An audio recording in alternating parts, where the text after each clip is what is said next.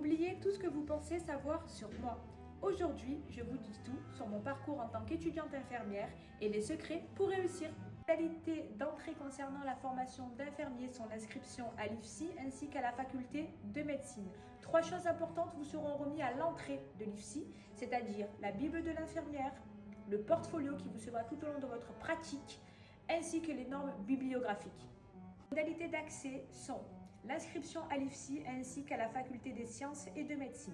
Lors de cette entrée, 3 choses vous seront remises de choses très importantes. La Bible de l'infirmière, le portfolio qui vous suivra tout au long de votre pratique, ainsi les normes bibliographiques. La formation en tant qu'étudiant infirmier se déroule sur 3 ans. La première année, vous devez valider de nombreuses unités d'enseignement, ainsi votre période de stage de 5 semaines, principalement ciblée sur la compétence 3 ou la compétence 1, et une période de 10 semaines pour la pratique. La deuxième année, quant à elle, est un peu plus light. Vous devez toujours valider vos unités d'enseignement. Pour ceux qui ont eu des mauvais résultats, pas de panique, vous avez la possibilité de les rattraper. En ce qui concerne les périodes de stage, elle est de 20 semaines divisée par 2. Une période de 10 semaines et une autre période de 10 semaines. La troisième année est plus costaud. Pourquoi? Car il y a les unités d'enseignement à valider, peut-être des rattrapages pour ceux qui ont eu des mauvaises notes dans les unités d'enseignement précédentes. Ensuite, vous avez également la rédaction du mémoire qui prend beaucoup de temps, à l'aide de règles bibliographiques qui vous ont été fournies dès lors de l'entrée de la formation. Vous devez également avoir rempli votre portfolio tout au long de la période de stage. Cependant, il ne faut toujours pas oublier la pratique, les 25 semaines de stage qui se dérouleront en 2 parties, une période de 10 semaines et une période de 15 semaines qui seront fatidiques dans la fin de vos études. Les compétences infirmiers sont la compétence 1, évaluer une situation clinique et établir un diagnostic infirmier. Compétence 2, concevoir et conduire à un projet de soins infirmiers. Compétence 3, accompagner une personne dans la réalisation de ses soins quotidiens. Compétence 4, mettre en œuvre des actions à visée diagnostique et thérapeutique. Compétence 5, mettre en œuvre des soins éducatifs et préventifs.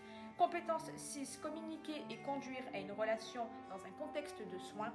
Compétence 7, analyser la qualité de soins et améliorer sa pratique professionnelle. Compétence 8, rechercher et traiter des données professionnelles et scientifiques. Compétence 9, organiser et coordonner les interventions soignantes. Et enfin, compétence 10, informer, former des professionnels et des personnes en formation. Quelques mises en garde. Veillez à bien remplir votre portfolio qui vous a été remis en début de formation et dans lequel est recensée toute la validation de vos acquis des compétences énumérées précédemment.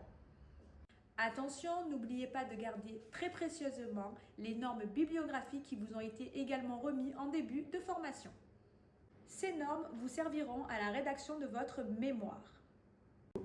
Au sujet du mémoire, commencez-le dès septembre et ne vous prenez pas à la dernière minute. Ça serait dommage de finir sur une note bâclée. Derrière la casquette de l'influenceuse, je suis aussi une professionnelle de santé engagée. À travers cette vidéo, je voulais vous faire passer un message, celui de privilégier ses études, car les réseaux sociaux, c'est parfois trompeur.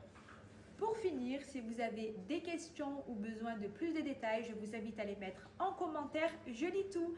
À bientôt!